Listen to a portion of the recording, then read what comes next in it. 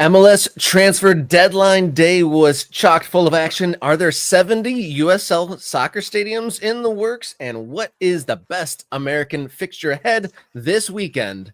That and more here on Friday's edition of Morning Kickaround.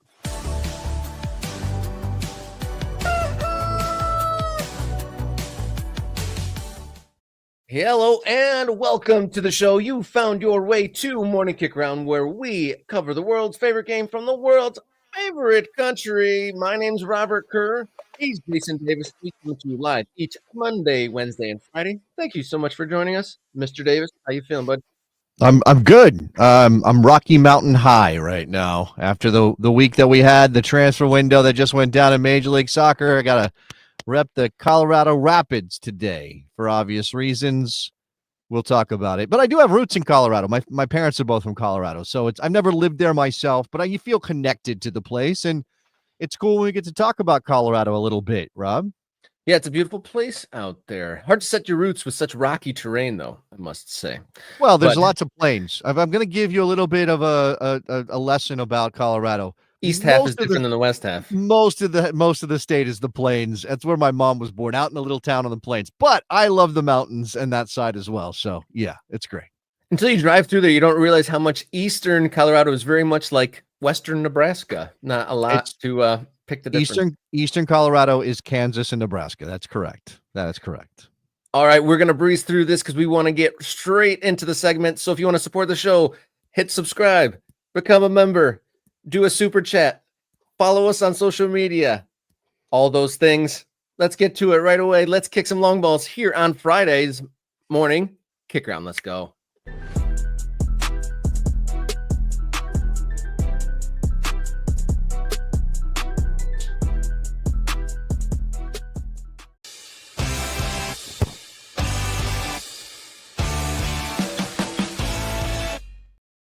Hello, it is Friday, August 22nd. We're kicking the show off with some headlines with what we call long balls, leading the way with long ball number one.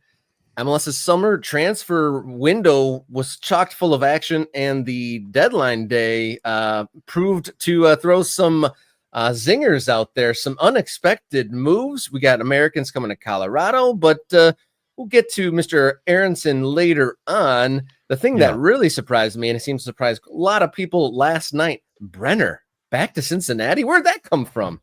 Yeah, it's a good question. We all saw it from Tom Bogert because Scoops has the scoops over there. I know people were participating in the live show that Soccer Wise did around the deadline, and he had all 51 flavors of scoop. Also, is that how many flavors there are? 51? I thought it was 30 something. Are we doing Baskin Robbins? Is that what this is? Okay, anyway. Yeah, Brenner coming back to Cincinnati. 25-year-old Brazilian coming back to Cincinnati. They sold him to Udinese for $11 million back in July of 2023. He was acquired from Sao Paulo for a record fee before that in 2021. I mean, Cincinnati's gone through several different eras since they got good. Remember how bad they were to start Major League Soccer? It's a distant memory of them being like the wooden spooners there. And now they are just out here doing absolute work. It's kind of crazy how much business Chris Albright is doing right now. I think in terms of like where they'll be in the winter, they're going to be even better with some money coming off their books. They're going to be in a position to go spend more money this winter, but you got Denke, you got Brenner, you got Evander. I don't know. There might not be a better front three in Major League Soccer right now, Rob. I mean, we could talk. I have to go through the mental knowledge base to pull one up, and maybe the chat has one. But that is a murderer's row of talent that they're going to throw at MLS for the rest of the regular season and into the playoffs. What's the word for someone who's incredibly good at working complicated mechanisms? Because for all the the news of or the facts of MLS transfers being complicated, they sure were able to work through all those hoops this year to get the murderer's row, like you call it. It's pretty spectacular. You got a tip of the hat to them. Well, I mean, obviously you got to. It's about working the budget, right? Working within the MLS rules, who has rights to a player has been a thing we've been talking about with, of course, Thomas Mueller to Vancouver. Of course, Cincinnati had Thomas Muller's rights and got something from Vancouver for this. I mean, yeah, this is a little bit more than like technical expertise. Like somebody who really understands complicated systems. I think Nate's right. This is more like magic. This is like Chris Albright is a wizard. Like he's leveled up to whatever. I don't play those games. I don't really know how they work, but he's a wizard of some type. He's a mage. Isn't that a thing? That's a thing, right? I've had to MLS learn D&D from my kids getting into it, but I'm not well versed enough to know who the dungeon master is in that world. Yeah. But look, he's definitely working that magic. A couple of other moves. So they also added Dominic Marshuk from RSL, who's going to play wing back for them. He's a wing player, but he's going to play wing back for them. Yes, Rob. Question from the class here, Mr. Davis. Is there many inter MLS loans? Because the Polish winger who came in, do they do a lot of loans within the MLS? There are some interleague loans happening. In fact, I think one of those deals that went down just ahead of the deadline was Nashville making their move for Jonathan Perez, who was on loan from the Galaxy. They made that deal permanent. So he is now a permanently a member of Nashville SC rather than being on loan. 29 appearances for Nashville after joining on loan last year. So, that can happen. There is that. Interesting that Minnesota, you're talking about things that did not happen. Minnesota United turned down an $8 million bid for Joaquin Pereira from Trabzonspor in Turkey. And they also have brought in a couple of attacking players as part of this window. So yeah, again, MLS teams are getting just more busy, right? Not every MLS team is doing work. Some MLS teams have done zero. But it does seem like the most ambitious teams are getting a little bit more aggressive in how they're making this work. And again, remember, this is part of the reason we talk about the calendar switch, because while it's great that MLS is fully engaged in the market, there are 9 MLS regular season matches left on the calendar. Like the bottom end of the table aren't going to do any work because they're already done. Their season's already cooked. There's no point in spending any money or doing anything. And that's going to frustrate some people. Right. But like Sporting Kansas City fans, I know that they were hoping for it. Didn't happen. No big moves in the summer. Sometimes the DPs arrive. Obviously, the Thomas Mullers and the Suns arrive in the summer. But if you're already most of the way through your regular season and you have no hope of doing anything, why are you going to do any business on the deadline? So if we get the calendar switched and those windows are lined up, how busy could MLS teams be? I think is something to consider here. It could be very interesting. Andrew Moran joins LAFC from Brighton on a loan. That deal got done. St. Louis City shipped out Jean De Silva, formerly of Atlanta United. So he's got DeAndre Yedlin went from Cincinnati to RSL. Seemed very happy about that. I'm not sure what that's all about, but they got younger at that position, so maybe they're good. This is a little bit of a tangent, but did you see Jean De Silva commented on another Atlanta player leaving, and he said, "Congrats for escaping the gulag." Oh, I did not see that. That's some good that's some good online banter there.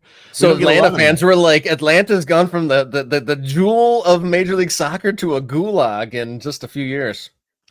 Yeah, there's something wrong in Atlanta, but obviously they're not really one of the players here. I should mention a team with no hope is DC United. They signed Caden Clark from Montreal for $700,000, and DC United fans are like, why exactly did you do that?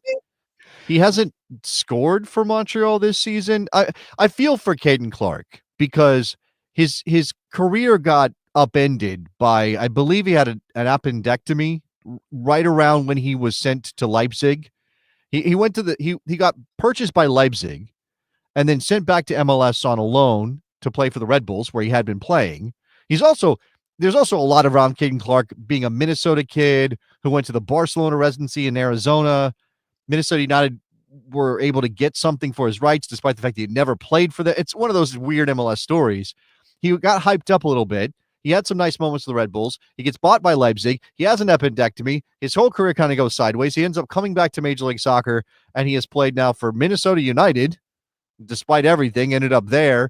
Now CF Montreal, and now DC United is in next MLS team. He is 22 years old. I mean, he's still just that age. And when you compare Caden Clark to Paxten Aaronson, it's very interesting sort of putting those two players next to each other because Paxten Aaronson turns 22 next week, and obviously we're going to talk about him here.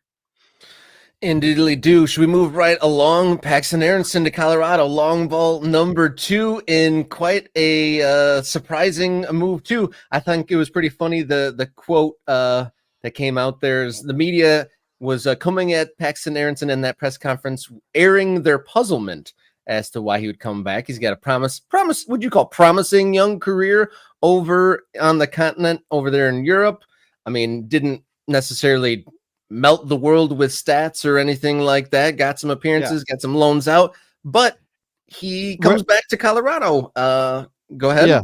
No, Rob, I apologize. I have to stop the flow here. I'm going to throw up some visual aids for you. This is Paxten Aaronson's quotes from his press conference yesterday. I'm being screamed at by a sick 4-year-old upstairs, so I need to step away for a moment and see what's going on with this.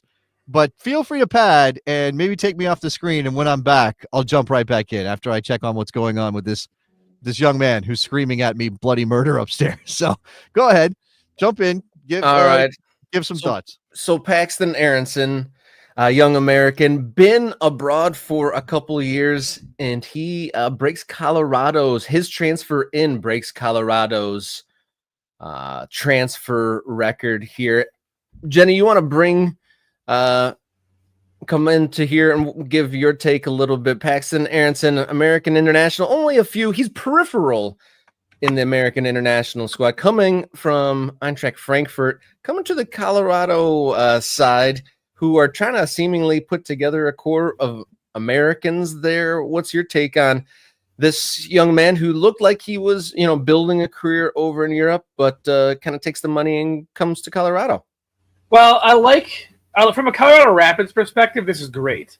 This is a young American star player, the type of player that they would need to not only improve their squad, but possibly attract some fans to come down to Aurora, Colorado, to watch those games. I'm still confused as to why Paxten Aaronson is doing this. I understand he has not been getting a lot of playing time with Eintracht Frankfurt. He's been there for 2 seasons, 14 appearances. He's been out on loan, spent some time in the Eredivisie. I guess it's more of a case of he's not going anywhere in Europe. He wants to go somewhere where he can play, but I feel like he's kind of losing out on a European development experience that kind of, and to kind of date myself here a little bit, brought him back to what I thought about when Jordan Morris refused to sign in Germany. I think he's hampering his career a little bit here by sticking with MLS, and in this case, going back to MLS. All right, I'm back. Hopefully everything's all right there. Everything's fine. I want to jump in. Thank you to Jenny for stepping in. I want to jump in here because she said some things I want to respond to. All right, so I put up on the screen another quote from Paxten. He made a big deal. This is from Burgundy Wave. By the way, go and read Burgundy Wave, covering the Colorado Rapids for years now. Paxten Aaronson made a big deal of being closer to family back in the U.S. Dad has an office in Denver. He emphasized being in a locker room of American guys, likes being with others trying to break into the U.S. men's national team, likes the style of play. All right, so he feels he's on this level, huh? Look, and I'll throw this up here from Mike Thomas, a guy, a Philadelphia Union fan who obviously has paid very close attention to Paxten Aaronson. Is he allowed to feel that way, right? I understand what Jenny's saying. Like, he's probably stopping his development on some level, and this is what caused the U.S. men's national team fan-focused freak out when this got announced. Now, some people are putting that on the Rapids and on MLS. How dare you entice a young American player back with big money and blah, blah, blah. You shouldn't do that. That's a hostile act and all. That's nonsense, by the way. MLS teams should act in their best interest, period, regardless of what it means for the U.S. men's national team. They are not, as much as MLS has kind of attached itself to the U.S. men's national team and tried to use the momentum of the national team and built their own reputation off success of players from MLS in the national team. MLS team should act independently of the U.S. men's national team and not do things just to benefit that team. So I don't have any issue with Colorado spending money on Paxten Aaronson if they think he's worth it. And Jenny said he obviously goes to Eintracht Frankfurt, and I had plenty of conversations with people at Eintracht Frankfurt who said, we love the kid. We think he's going to be very good. We like his development. Now, maybe they're just being nice to the American journalist. That's very possible. But I think we all had a sense he was going to make it. He goes to Utrecht on loan, and this is the number. So again, I'm cribbing off of Burgundy Wave here, who posted this to their X account yesterday. This is the FBref rather profile of Paxten Aaronson, not Brendan, Paxten Aaronson, and it's comparing. You can see it at the bottom there, compared to players from similar leagues, next 14 competitions. Those numbers, non-penalty goals, non-penalty XG, shots. Look at those percentiles, Rob. 98, 96, 96. Look at his non-penalty goals, non-penalty expected goals plus expected assists, right? 89%. I know we're going a little deep here, but progressive carries, touches. He looks better, to the point of the Burgundy Wave account. And shout out to Matt Pollard. It's probably him. He looks better right now than Djordje Mihailovic did coming back from the same league, like significantly better. Now, does that justify the price tag? I would argue that a major part of the price tag is that you have to pay a premium for whatever I'm going to do it again. Whatever Paxten Aaronson said about playing with American guys and wanting to be close to home and all that stuff. You definitely have to pay a premium to get a player out of Europe if they have a European option. And the reports are that several clubs in Europe were asking about Paxten. So I don't know exactly why there's blame to throw around here. Like, did Colorado pay too much? Well, first of all, that remains to be seen. Second of all, no, if there was no other way to get him in, and they really think he's the guy. Now, I did the Best Soccer Show last night, and I talked to Jonathan Tannewald, who covers the Philadelphia Union and knows Paxten and has talked to him many times. And what he said was he was distressed by the fact that Colorado was spending all of the Djordje Mihailovic money on one player rather than spreading it out a bit to put a better team together. So can you call this ambition? Can you call this Colorado taking a big move, or is this just putting all of their eggs in one basket and hoping it works? Do you think some of that money comes directly from the new mechanisms from the cash trades? So they were Colorado able to sell Djordje Mihailovic to Toronto, say they had a little cash in their pockets from that. Maybe this is what I'm saying. They took the Djordje money and spent it on Paxten Aaronson.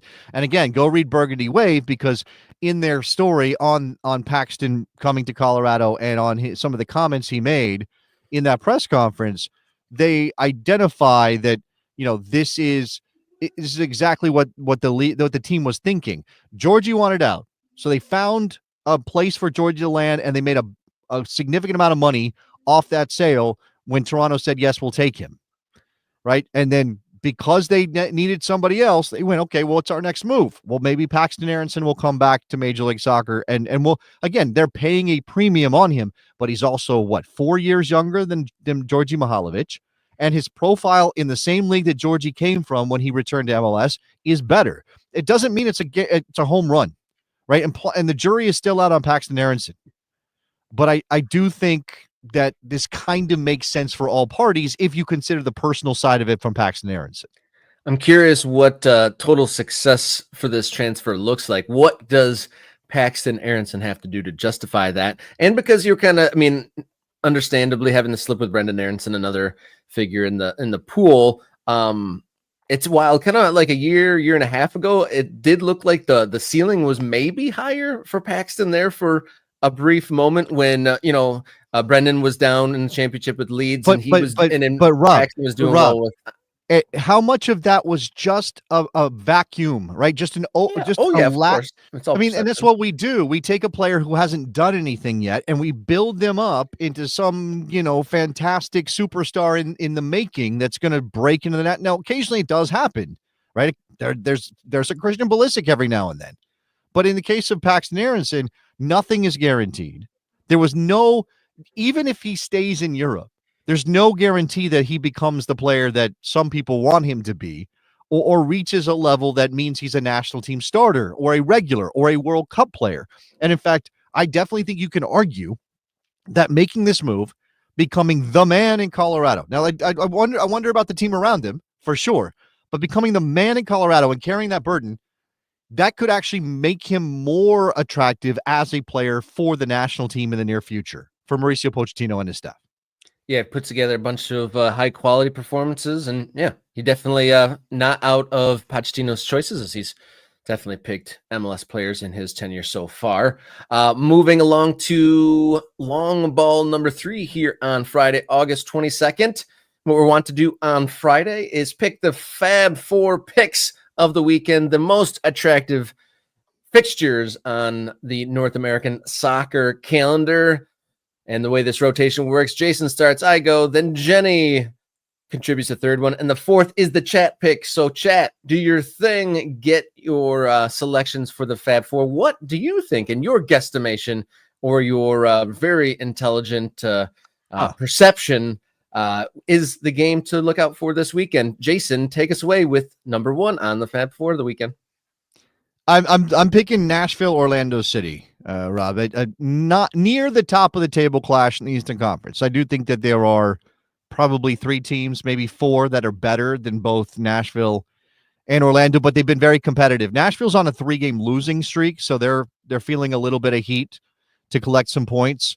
I think, we are getting to that point. Was it 7 games left for Something Orlando, like 7 games left for Nashville, 7 for Philly, 7 for Cincinnati? We're getting to that point where if you don't win, draws are not going to do a lot for you. If you don't win now, that supporter shield and first place are probably going bye-bye. Now that maybe you don't necessarily center that in what you want to achieve. Philly has a supporter shield. They want to win an MLS Cup. Would it be nice to win another supporter shield? Sure, that would be great. I don't know that they're necessarily thinking of that as the biggest thing they want to achieve. Or something that they're prioritizing. I don't know about Inter Miami, who has 3 games on hand on everybody in front of them and are only 2 points back of Orlando and Nashville. So again, if you want to stay above Miami, you've got to win. So we've got this game between Nashville and Orlando City at Geodis Park tomorrow, 8:30 p.m. Eastern time, 7:30 there in Nashville. I think this one is interesting. There's a sleeper MVP on that Orlando side that has been very good in Ojeda. So, keep an eye on that. We know that Sam Surridge has finally come good for Nashville, but they need more goals from him down the stretch. So I'm picking that one. Yeah, talking about sleepers, I think Nashville in general could be a sleeper when it comes to postseason play. Like a team that's very, very good, and I don't know how much hype they're getting outside of the Nashville fan base. But pick 2, I'm going to go to the USL Championship and El Clamico, the latest edition of the Northeastern Derby. El Clamico, Hartford versus Rhode Island Saturday on ESPN Plus. Obviously, the last edition of this gave us a very fun visual of the head coach of the team getting sent off and then watching the remainder of the game from the roof. We'll talk about another coach who was sent off and watched a game from an interesting vantage point later in the program today. You don't think Cano Smith's like, damn it, I wish I had just used my cell phone and like called down to the bench and directed everything from the roof, because that was apparently on the tape. Well, maybe not in that competition. So yeah, I'm still not sold. And I know, look, so we've got Spencer in here. He's an ultra, be like Spencer. El Clamico this weekend, Rhode Island versus Hartford. We've got Armand Nicholas Murray from the USL, representing the USL, Hartford Athletic, Rhode Island FC, El Clamico part 3 rather. I am not sold on the name. I know so I'm a little bit of a hypocrite here, Rob, because I'm cool with El Tráfico. I like El Tráfico. But El Clamico rubs me the wrong way for some reason. And I don't know why, and it's probably not fair. I think there's like a dirty joke innuendo, like third degrees removed from that your mind might be thinking of something dirty. No, and then or is it a level because people thought that El Tráfico was a little silly and not serious, so maybe it's another level of silly, perhaps, that you don't like? It's the derivative. You're too serious for this. No, I'm not. I'm not a serious person. I'm not a serious person most of the time. People, I mean, I'm the fake voice of American soccer. I'm completely unserious. What are you talking about? No, I Gotti over here. You know what? If it takes on a life of its own, fine, right? If it does, good for. And it's not about me, and it's not about the name. It's about the rivalry. So if this is a real rivalry, Hartford, we got Connecticut versus Rhode Island. It's got that New England vibe. Let's work Family Guy in somehow. I guess I don't know. Yeah, let's do it. All right, Jenny, why don't you come on in here and pick your selection and the third pick of the Fab Four? What do you got? I'm going back to the NWSL where we got another interesting game going on featuring the Kansas City Current again. They had a 0-0 draw in that Heat delayed game last week against Orlando Pride. Now the Heat is kind of following them into the Pacific Northwest where they will take on the Portland Thorns. High temperature in Portland, 101 degrees on tomorrow afternoon. Thankfully, they're playing this game in the evening. I checked the temperature graph. It's still supposed to be above 90 degrees when this game kicks out 7 o'clock Pacific time. So let's see how Kansas City Current can handle yet another round of battling with the Heat. And I think the Portland Thorns have been kind of punching above their weight this season in the NWSL. So I'm interested to see how they do welcoming by far the best team in the league into their home field. Last time, I think if I'm reading this right, the last time the Thorns beat Kansas City, April of 2023. Yep. So it's been a minute. Yes. Since Portland has done the deed against Kansas City. And, Portland was the standard bearer in this league for a long time. And it seems as though they have been passed by. So this is interesting. I did not realize it could get that hot in Portland, Oregon. That's terrible. That was new to me too. Is this a step towards just like robots being the players of the future because the environment is going to be just so harsh that like humans can't or won't be able to play? Domes everywhere. It's got to be domes, Rob. That's what this is. Yes. Yeah, that's insanity. The Northwest of the United States, this area is compared to English weather, and 90 plus at kickoff in the evening is just pure insanity. Looking towards the chat pick for the fourth pick of the Fab Four. You can throw a couple more in there, chat, but I did see a good shout from Nicholas Murray, the USL Super League getting back underway. Nicholas Murray, there we go on the screen. Sporting Club Jacksonville making its debut hosting DC Power FC on Saturday night. For those who don't know, this would be the second season for the USL Super League. They do actually have there's a corporate sponsor for the league this year coming in, and not much of an off season. I feel like we were just talking recently about the final of that, but that's a good shout. Sporting Club Jacksonville kicking off. That seems like, unless there's any last second shouts from the chat, I see Charleston versus Loudoun on Saturday night. I don't know if that surpasses it or not. Does that surpass a club debut? I'm not sure. No, I think we have to center a club debut. I'll admit, don't know a ton about Sporting Jacks as they enter the USL Super League. Obviously, they are planning a men's side as well, and we had one of their principals on the show. It's a while back, Rob, and names are not always my forte, so I'm not going to be able to pull that name. Probably Nicholas Murray is going to help me with that name in just a second. So, yes, pro debut, by the way. I think Sporting Jacks has played some games at the amateur level, but there you go. Gamebridge, that's what it is. Gamebridge Super League kicking off this weekend. Again, there's something to this that, I mean, the Super League is worth paying attention to on its own merits, right? And shout out to Protagonist Soccer, our friends Dan Vaughn and those guys who are covering this league. It's worth paying attention to on its own merits, but it's also kind of giving us a little bit of the taste of what that will be if and when USL gets their first division together, when they get really up and running with, they're not doing pro rel in the women's side because they only have the one league at this point, the one professional league, but it does kind of give you a sense as the USL dips their toes into, like, maybe we're not competing with the bigger leagues, but we are absolutely going to do some first division stuff.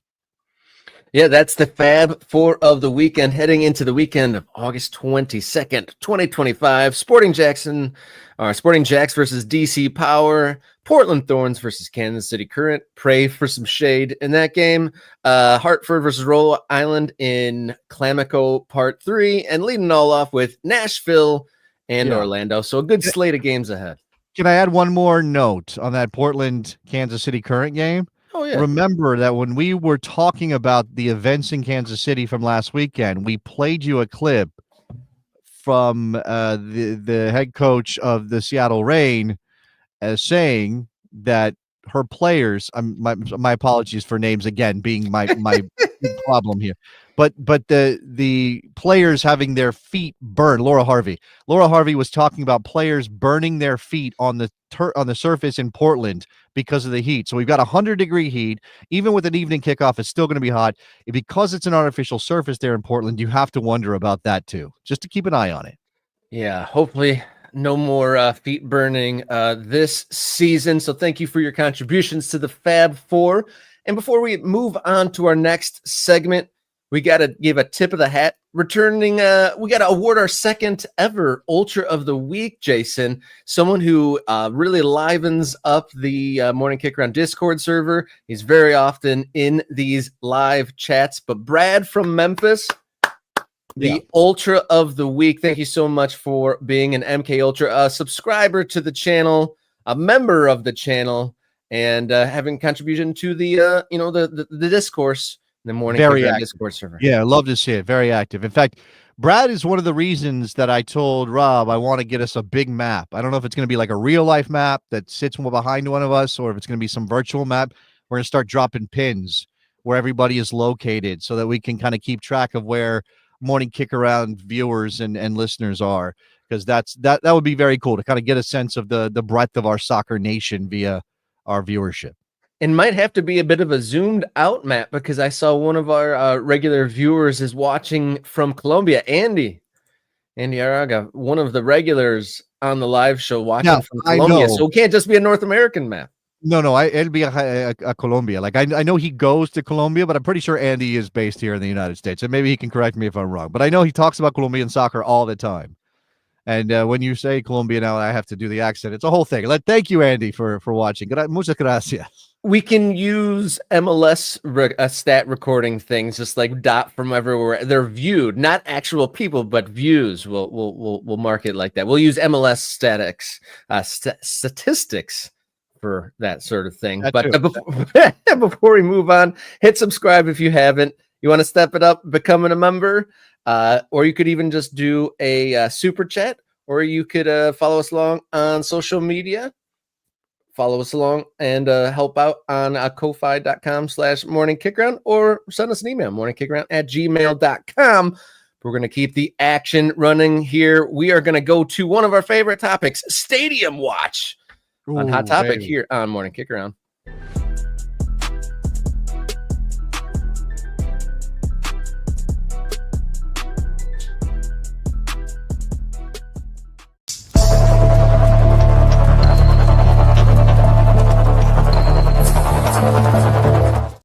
Hot Topic here on Morning Kickaround, Friday, August 22nd. It's becoming a cottage industry, or at least a cottage segment, a thread that we keep on following: stadiums for soccer in North America.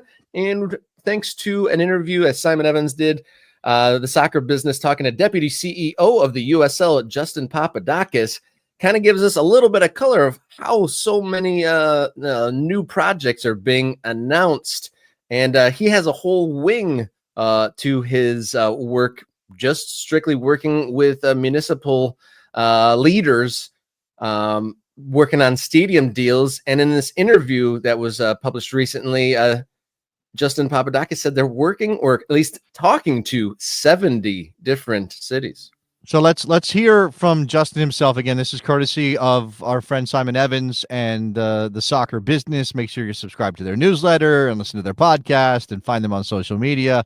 But rather than us muck up what Justin says here, let's just hear it from his mouth. 70 plus cities right now, and we work on these stadium deals. And the reason that we do that is stadium deals, and we typically work on stadium districts, so apartments, hotels, and retail around the stadiums.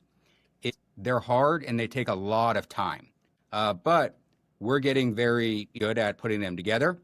And there's a very, very strong interest from our city partners in bringing professional soccer to their cities. So when you combine those two things together, what you see is a stadium deal after stadium deal being announced in the USL. Back in 2015, a lot of the mayors I met with were baseball people, right? It's amazing to see, Simon, in about 2017 or so, there was this huge rotation happening at the municipal level where the baseball people retired and the next generation of municipal leader came in, and they are all soccer people. And so again, they see the economic value, which has to be, that's their first duty and priority to their citizens, is to do really good financial deals. But number two is when they can have that and bring something that will enhance their quality of life. If you're a city with a professional team, that puts you on a different tier.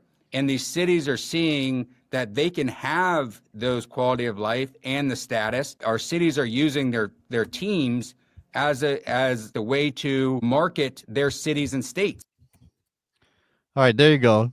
That is Justin Papadakis, the deputy CEO of the USL. Talk 70 is a lot, Rob. That's a lot of cities. That's a lot. Now, how many cities are in America? He's not saying we're getting 70 deals done or we're building 70 stadiums. He said he's talking to. That's like, that doesn't guarantee anything, but it is obviously a lot.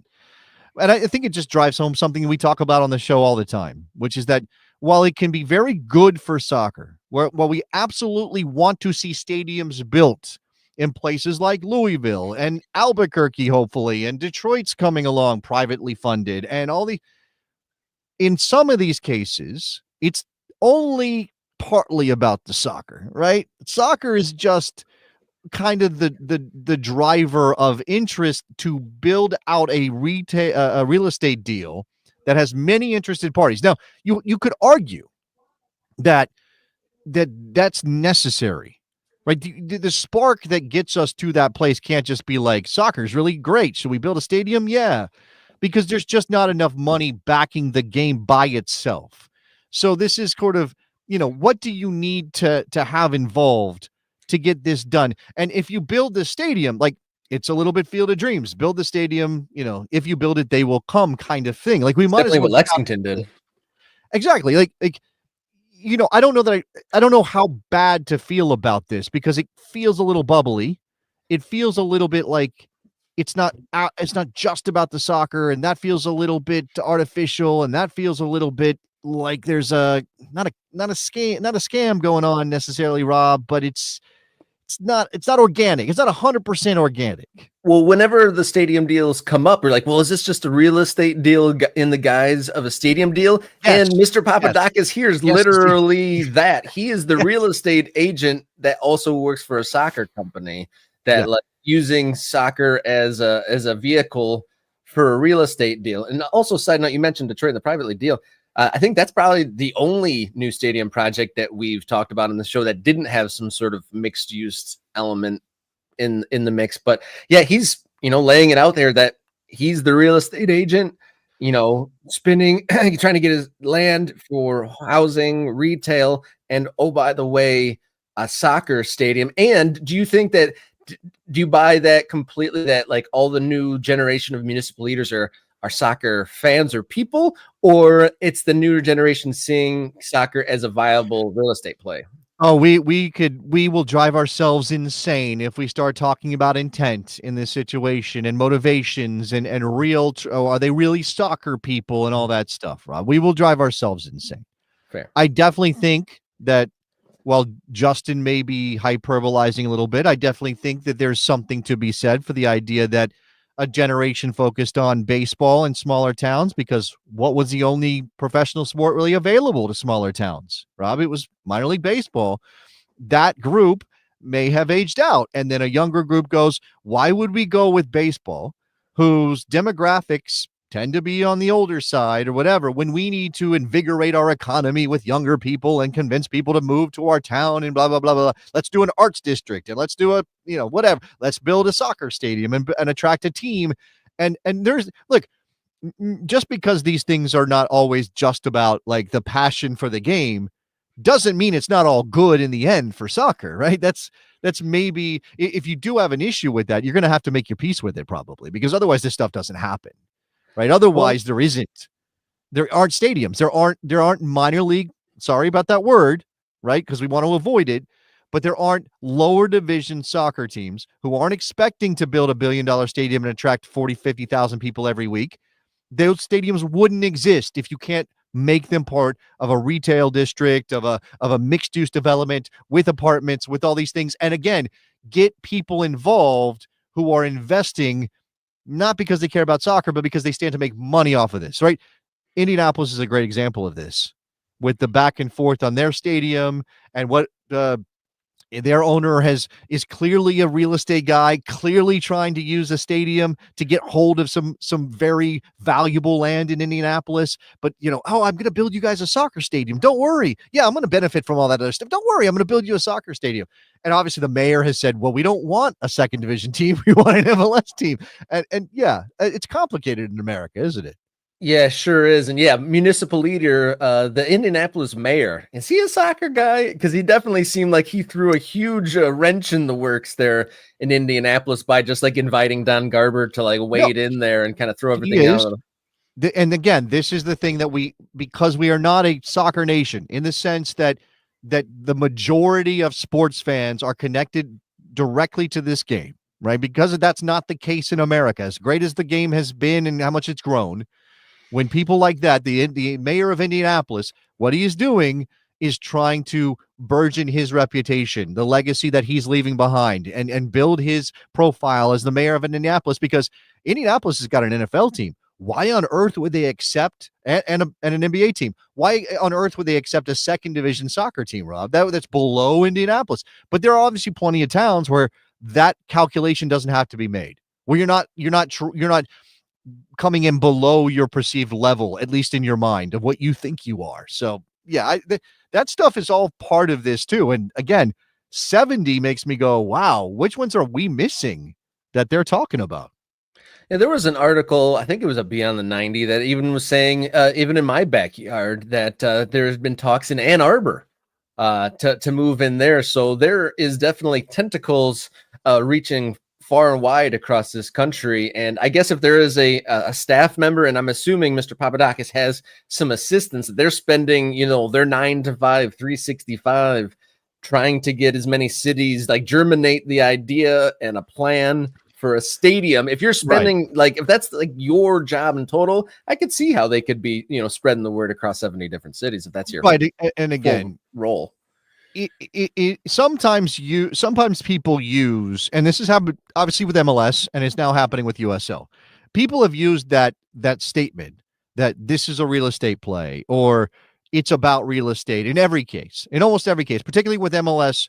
The most recent batch of MLS expansion teams, almost all of them are building stadiums or taking over In some cases, that's not happening. San Diego's playing in a stadium that was already there. Charlotte is playing in their NFL building because they share an owner, that kind of stuff. But it does feel like it's a lot of that, this is just about real estate. And therefore, again, stripping out this notion that it's about the purity of the game, or that the game is not growing in the right way. It's growing in an artificial money grabby way. And man, I think it's a case by case basis. Some places, yes, some places I don't think so, because we're talking about Indianapolis not adapting the Indy 11 as like a team that just happens to play in a league that's not called Major League. And from the anecdotal comments that we've received, is it's definitely Indy 11 treated as a minor league, and there's like a whole kind of bubble play here. But in Detroit and in other places, it grew up naturally from an independent team, grassrootsy, and has elevated, and it's its own thing. It's not necessarily viewed down upon in the same way. No. I understand that. But again, Detroit is an outlier. Detroit is a unicorn in this country, in the way that club built from what they were to what they are. This notion that expansion is artificial and not that it's not good for the game. I think the more fans you make, the better for the sport writ large. But this idea that it's not the right way to grow the game to have people spending $500 million to buy into MLS. Right. I understand that, but you're kind of wish casting. You're wanting a different scenario to exist in America that just isn't there. Right. We just don't have the time to be patient enough to wait for these teams to bubble up from 5 guys putting together a club in every case. In some cases, it's happened. In other cases, it either can't, or we should want to skip the line and build the game in other ways. Now, again, we also talked about connection to community and all that. And in our comments on recent videos, we've had this thing you and I did on Wednesday, a big question. In 10 years, you're more excited for MLS or USL? Now, I made my pick of USL even before I saw this video from Justin Papadakis, but knowing a lot of what's happening in USL and the growth. And I have had to kind of like reconcile, like, why I'm excited about USL is largely exactly this, that they have set themselves up as a real estate play for a second tier of American cities that would otherwise not be involved, that they otherwise wouldn't have an opportunity to launch a team like this.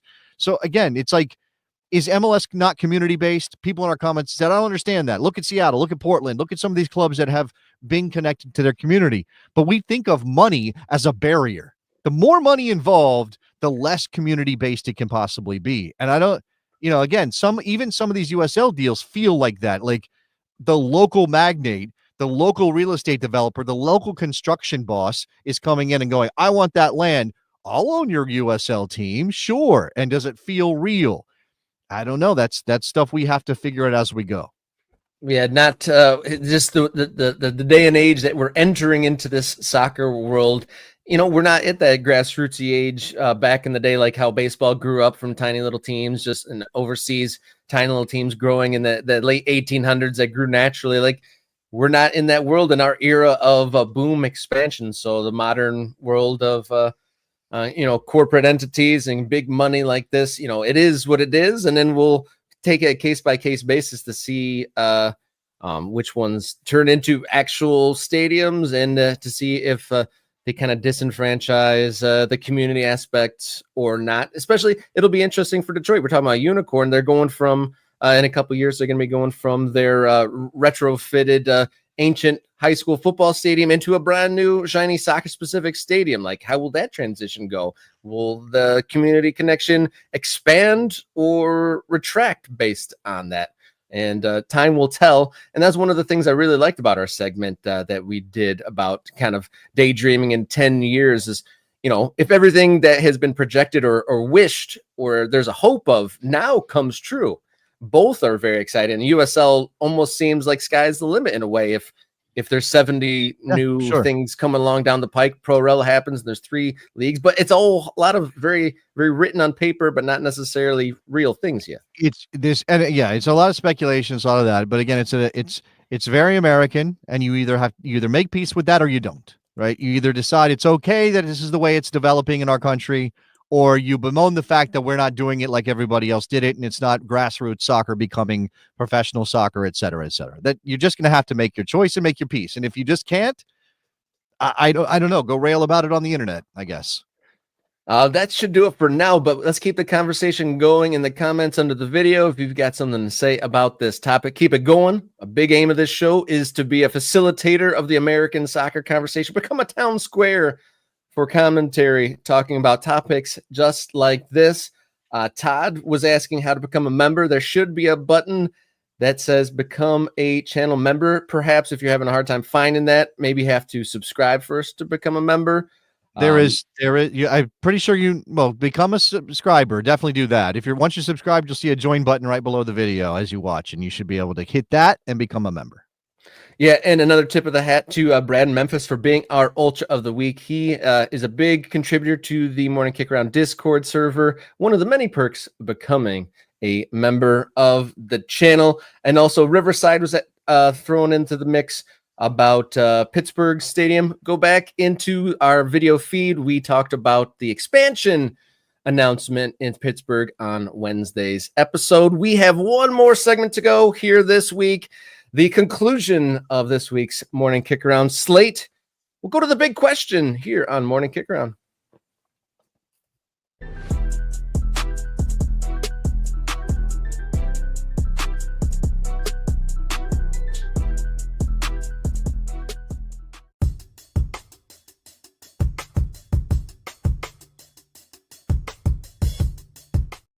Big question here on Morning Kickaround. Before we get into it, cheers, Todd, our latest and newest member of MK Ultras. Cheers for becoming a member. Final segment of the week, the big question.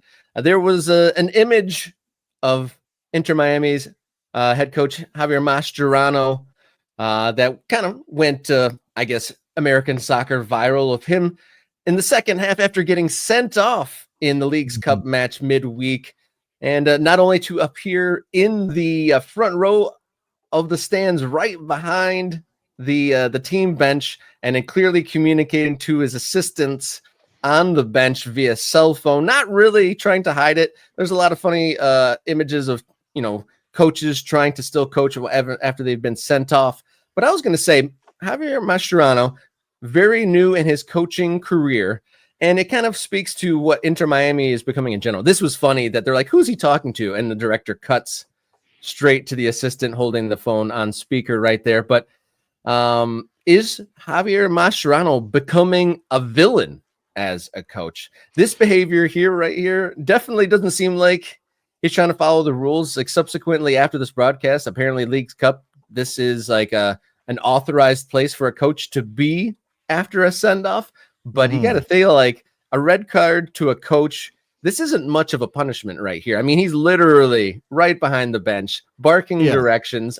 He's so close. I'm surprised he even needs a cell phone to communicate there. But villain, Javier Mascherano, I liked him as a player, but early in his coaching career, I mean, I don't think this is his first red card. He's definitely had some emotional outbursts on the sideline for Miami, and just kind of how the superstars have come in and how Inter Miami is becoming like the Argentinian outpost in MLS. Is Mascherano becoming the villain, Jason?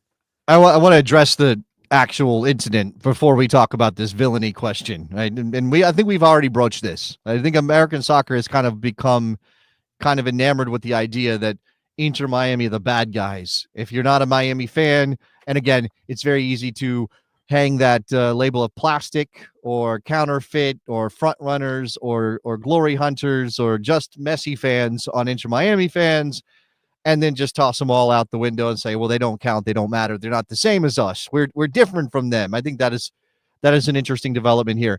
Mascherano doing this, I mean, does add to that dossier of their villains, I suppose. I think, in the grand history, the grand tradition of coaches and managers being sent off and then trying to surreptitiously stay involved in the game. And we have a recent example of this, actually, with Jesse Marsch being sent off for Canada, or maybe he was suspended and he had the whole thing in the room and he was in the wrong room and he's yelling at people and all this stuff. And I saw this discussion happening when this thing with Mascherano was going down. Like, it is so obvious what he's doing.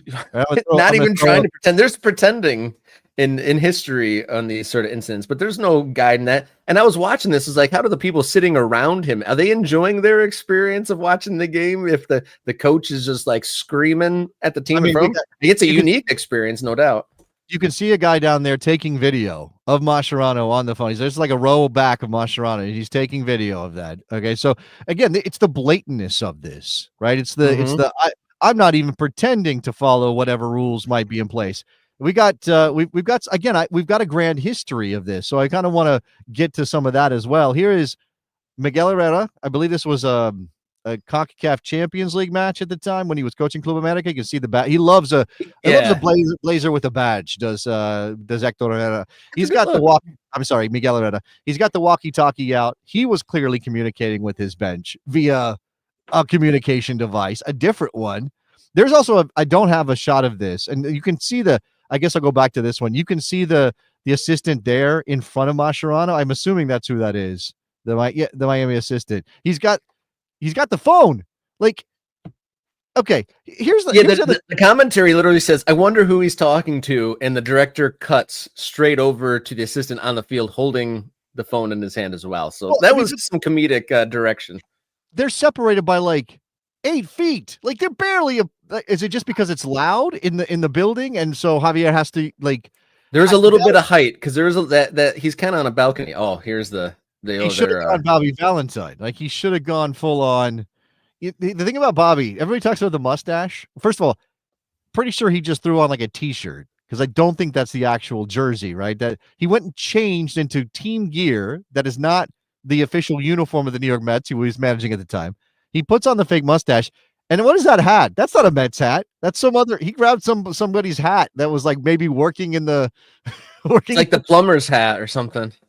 Yeah, I think there's that. Man, I don't know. Is is Inter Miami, are there shenanigans? Is the money that they spend, is getting Rodrigo de Paul in, and I think there was some thought that they were going to get another move done before the window, which, by the way, just because something wasn't public last night doesn't mean it didn't get in, and we won't hear about it later. And I feel like there's always going to be some loopholes. Like, well, he wasn't in this sort of a listing and this sort of a listing. So even though the window's closed, he was still allowed to sign. I feel like that happens every time. Again, this one could be that the paperwork is submitted. We just didn't hear about it. It wasn't publicized. So as long as U.S. Soccer has received the transfer certificate and all that stuff, then they can still do it. So maybe Miami is going to sign another player and everybody accuse them of cheating the rules. But here's what the Athletic had on this story about Mascherano being on the bench during the Leagues Cup. Remember, this is the Leagues Cup. This is not Major League Soccer. So it's a different competition. Now, there's obviously massive overlap in sort of how these two things operate, but the Leagues Cup is different. And what the Athletic has is that when contacted by the Athletic, a Leagues Cup spokesperson said the Inter Miami head coach was located in a space designated according to tournament regulations. By the way, how do you put that space that close to the bench? That's number one.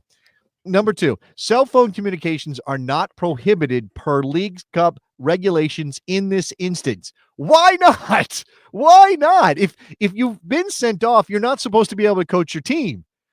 Why would it be okay for you to jump on your cell phone and do one of these things where you're yelling into the microphone just to make sure you're heard on the other end? Yeah. Most every other competition, you have to be in the locker room or up in a private suite or somewhere like definitely distance. But this isn't much of a punishment. I'm glad, Mike, tip of the hat to you for pointing this out. One of my favorite American soccer moments, Chalise popping up in the stands at Las Vegas Lights, smoking a cigarette with the fans after getting sent off. One of my all-time favorites in the very early history of Las Vegas Lights. That was an all-time moment. But I got to say, outside of Javier Mascherano, I think I wasn't quite on the bandwagon of Inter Miami being the bad guys until DePaul came on board. I think someone in the comments said it's just turning into a messy wedding list at this point with DePaul adding in. And I got to say, outside of the group of Argentine superstars, I'd say Segovia is starting to bother me. Just the way he plays, and especially without Messi, like his manner of playing. You're just looking for reasons. You're just looking for reasons not to like them now. You're manufacturing. I was affable, but now I'm falling into that camp. You were what? I was like affable, like whatever. That's not what affable means. That's not what. Oh, explain it. All right, stop.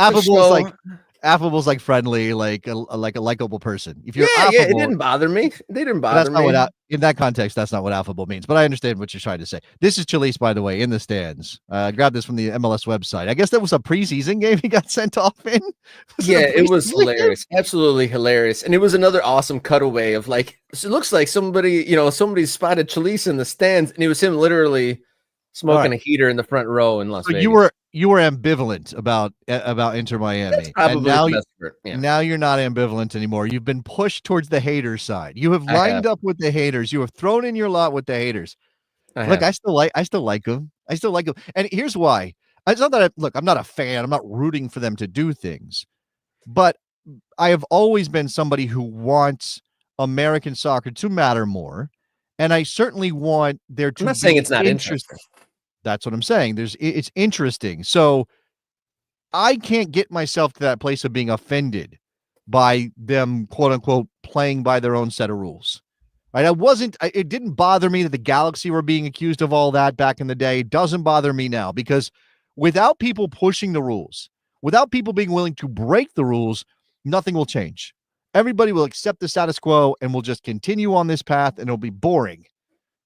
Be less boring. Inter Miami makes American soccer less boring. Jorge Mas makes American soccer less boring. Lionel Messi, Javier Mascherano, Sergio Busquets is a kind of a boring guy. But the rest of them, they make American soccer less boring. And when they open their stadium, which they're supposed to do next year, it'll be interesting to see how that changes perceptions of Inter Miami in their own building, in the city of Miami. Yeah, to the west side, but still in the city of Miami. And I saw in the Slack for the Best Soccer Show, where the besties hang out, that they've sold 10,000 season tickets for next year or something, and they're crowing about this. And like, does that feel like a big number when you've got Lionel Messi on your side. Like, I don't know if that feels like a big number. I mean, I don't Not know what feeling their the bottom limits thereof. are. I don't know what they're trying to limit it to, but it's going to be more than that. And again, this place is called, if you just want extra reasons maybe to feel certain ways about Jorge Mas, about Inter Miami, they're going to call that place Freedom Park in Miami, Rob, because of the Cuban history of Jorge Mas's family and his belief in the Jorge Mas and the Mas family are very much anti-Castro Cubans, right? Cubans who left Cuba because of the revolution. They are, their politics can rub people the wrong way, is all I'm going to say about that. That's definitely notable. And this position that Inter Miami is in, it definitely gives MLS folks someone else to point the finger out about being the kind of the evil empire, because LA Galaxy isn't necessarily occupying the space at this point, at least this season they're not. So it gives another team for other fan groups to rally against. And while it is good, a necessary evil, something to revel in, but also doesn't necessarily cement with the way that they're kind of, at least on appearances, playing their own way with the rules. It doesn't necessarily cement MLS's legitimacy with how they're able to kind of sidestep things and kind of skirt rules and whatnot. I guess I just don't see it that way. MLS has been a league of change from the very beginning. The rules constantly shift. You don't know what they're going to be from one year to the next. We're talking about MLS 3.0 and all that stuff and what that's going to bring. And for me, it's like, okay, is Inter Miami quote unquote breaking the rules? Sure. But are the rules kind of dumb to begin with? Absolutely. So what are we doing here? Why are we getting all worked up? Now, I understand that it's supposed to be fairness and supposed to be parity, and it's not, they shouldn't have an advantage and all those things. But man, I guess I just think that we are still so unwilling to be risky, and MLS has been so unwilling to take steps forward that unless they are dragged into it by things like this, by clubs like Inter Miami, we won't get there. So more power to them if they want to break the rules. Now, if MLS punishes them, I also don't have a problem with that. If you broke the rules and you get caught, you get punished. That's how this works. But as long as there's somebody sort of willing to rock the boat, that is, I think, is a net positive for American soccer. No doubt, no doubt, no doubt. I think that brings us to the end of this week's editions of Morning Kickaround. Thank you to everyone who has jumped in the chat.